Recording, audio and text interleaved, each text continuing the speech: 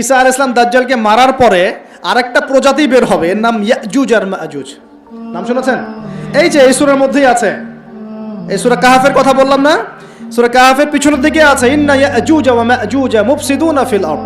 যুলকারনাইন বাদশার কথা পড়বেন, তিনি এই যে দেয়াল নির্মাণ করে দিয়েছিলেন লোহা এবং তামা দিয়ে, মনে আছে, পড়েছেন? আচ্ছা, এই ইয়াজুজ আর মাজুজ যখন বের হবে পৃথিবীর পানি খেয়ে শেষ করে ফেলে দিবে একেবারে।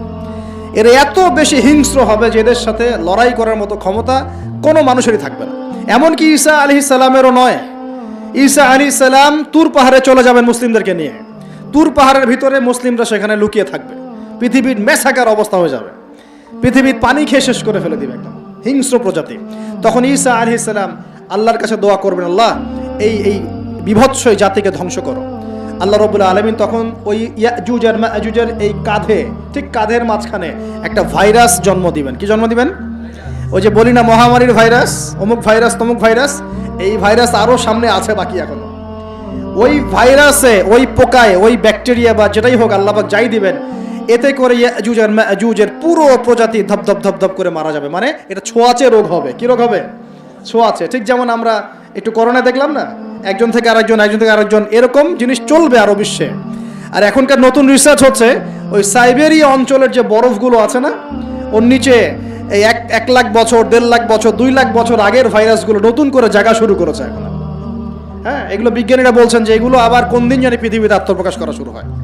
সব কিছুই ঘটবে। বিশ্বটার খুব রহস্য আছে, বিশ্বটার অনেক রহস্য আছে। আল্লাহ পাক এগুলো খেলার ছলে সৃষ্টি করেন নাই, পরীক্ষা। লিয়াবলুয়াকুম আইয়ুকুম আহসানু আমালা, আল্লাহ পাক বলেছেন। এরপরে ইয়াজুজ আর মাজুজের সব প্রজাতি মারা যাবে। নবীজি বলছেন জমিনে কোনো জায়গায় ফাঁকা থাকবে না, সমস্ত জায়গাতেই ওদের দেহ পড়ে থাকবে। আল্লাহু আকবার। এরপর ঈসা আলাইহিস সালাম আল্লাহকে বলবেন, আল্লাহ জমিনটাকে পবিত্র করে দাও। আল্লাহ পাক কি করবেন জানেন?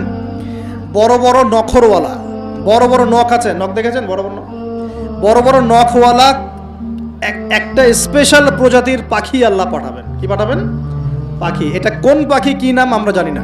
ঠিক এরকম করে এই এক শ্রেণীর পাখি আল্লাহ পাঠাবেন যাদের নখগুলো খুব বড় বড় হবে, বিশাল বিশাল নখ। এই নখগুলো দিয়ে তারা দেহগুলোকে উঠাবে, উঠিয়ে নিয়ে কোথায় যে ফেলে দেবে আল্লাহ ভালো জানেন। সুবহানাল্লাহ, আল্লাহু আকবার। আল্লাহ পাক বিশ্বে কত কি বাকি রেখেছেন এখন। এরপরে আল্লাহ পাক কি করবেন জানেন? আল্লাহ পাক বৃষ্টি বর্ষণ করবেন। এত বেশি বৃষ্টি হবে, এত বৃষ্টি হবে, জমিন ধুয়ে পরিষ্কার হয়ে যাবে। হাদিসে আসছে জমিন একদম চকচক করবে, জমিটা পরিষ্কার হয়ে চকচক করতে থাকবে। এরপরে কারণ ওই ভাইরাস তো ধুইতে হবে না, ভাইরাসকে ধুয়ে সাফ করতে হবে। তারপরে ঈসা আলাইহিস সালামের সময়ে বলা হচ্ছে, তার সময়ে একটা ডালিম, ডালিম দেখেছেন কিনা?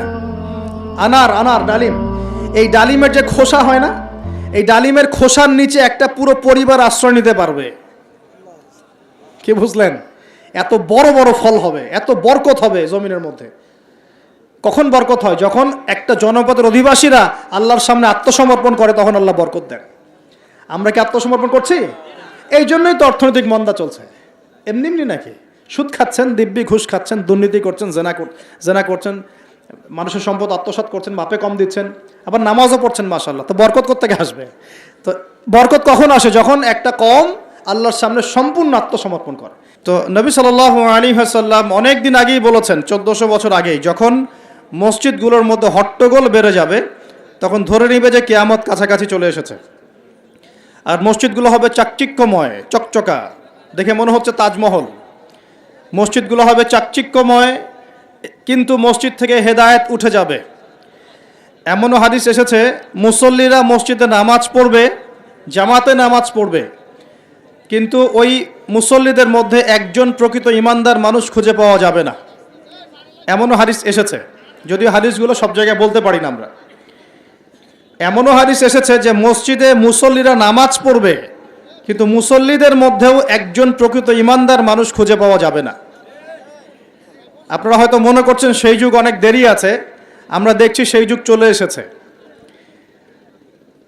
ইবাদত বন্দেগীর জীবনে এখন মানুষ নামাজি হয়েছে, আর অর্থনৈতিক জীবনে গিয়ে সুদখোর হয়েছে, হয় নাই? ইবাদত বন্দেগীর জীবনে মানুষ নামাজ পড়ছে, মাশাআল্লাহ, রোজা রাখছে, যাকাত দিচ্ছে না, অন্যের হক দিচ্ছে না, প্রতিবেশীর হক দিচ্ছে না, আত্মীয়র হক দিচ্ছে না, নিজের সম্পত্তির সুষ্ঠু বন্টন করছে না, ভাই বোনকে সম্পত্তি দিচ্ছে না, এমন হচ্ছে না? নামাজ কিন্তু ঠিকই আছে, নামাজ মানুষ পড়ছে, নামাজ পড়ার পরেও মানুষ কবিরা গুনাহ করছে কিনা? নামাজ পড়েও মানুষ মাপে কম দিচ্ছে কিনা? এই যে রমজান মাস সামনে আসবে, এই রমজান মাসেও রোজা রেখে মানুষ মাপে কম দিবে না? পণ্যের দাম বাড়িয়ে দিবে না? পণ্য মজুত করে বাজারে কৃত্রিম সংকট তৈরি করবে না?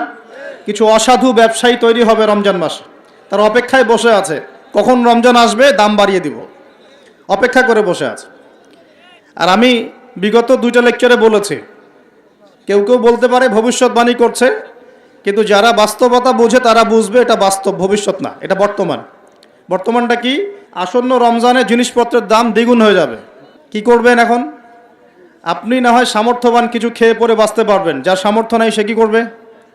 কিভাবে আমরা চলবো তাহলে? সমাধান, আপনার যদি 5টা খেজুরে ইফতার করা হয়ে যায়, 10টা খেজুর খাওয়ার দরকার নাই, 5টা খেজুর দান করে দিবেন। পারা যাবে ইনশাল্লাহ? যদি আপনার একটা কাপড়, একটা ড্রেসে ঈদের পোশাক হয়ে যায়, আরেকটা কেনার দরকার নাই, ওইটা অন্য কাউকে দান করে দিবেন ইনশাল্লাহ। পারা যাবে? বাংলার মাটিতে প্রতি 5 জন মানুষের মধ্যে একজন হচ্ছে দারিদ্র্য সীমার নিচে বাস করে। আমাদের দেশে দারিদ্র্যের হার কত? কত পার্সেন্ট? কত পার্সেন্ট বলেন? 20%। কত পার্সেন্ট? এই করোনার সময় এটা অনেক বেশি ছিল, আস্তে আস্তে আলহামদুলিল্লাহ কমতে কমতে এখন 20 আসছে। 20 মানে হচ্ছে প্রতি 5 জনে একজন স্বাভাবিক খাবার খেতে পারে না, প্রতি 5 জনে একজন 3 বেলা ভালো করে খেতে পারে না। এখন রমজান মাসে কি করি আমরা? আমরা 4 জন মিলে ওই ভাইয়ের দায়িত্ব নেই, তাই করি না? আমরা 4 জন মিলে ওই ভাইয়ের দায়িত্ব নেই, তার খাবার, তার ইফতার, তার সাহারি, তার পরিবারের দেখাশোনা, তার পোশাক আশাকের আমরা দায়িত্ব নেই না? আমরা জাকাতগুলো দেই না? আমরা ওসর, সাদাকাতুল ফিতর এগুলো দেই না? এতে করে একটা ব্যালেন্স তৈরি হয়, ওই 4 জন মিলে 5ম ব্যক্তির দায়িত্ব নেওয়া হয়। কিন্তু এই কাজটা আমরা শুধু রমজানেই করি, রমজানের বাইরে করি না।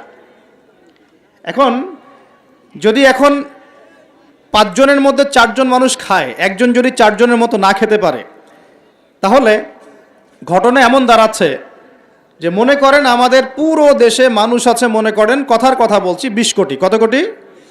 ধরে নেন যে 20 কোটি মানুষ আছে, তাহলে আপনার 15 কোটি মানুষ দারিদ্র্য সীমার উপরে আছে, 5 কোটি নিচে আছে।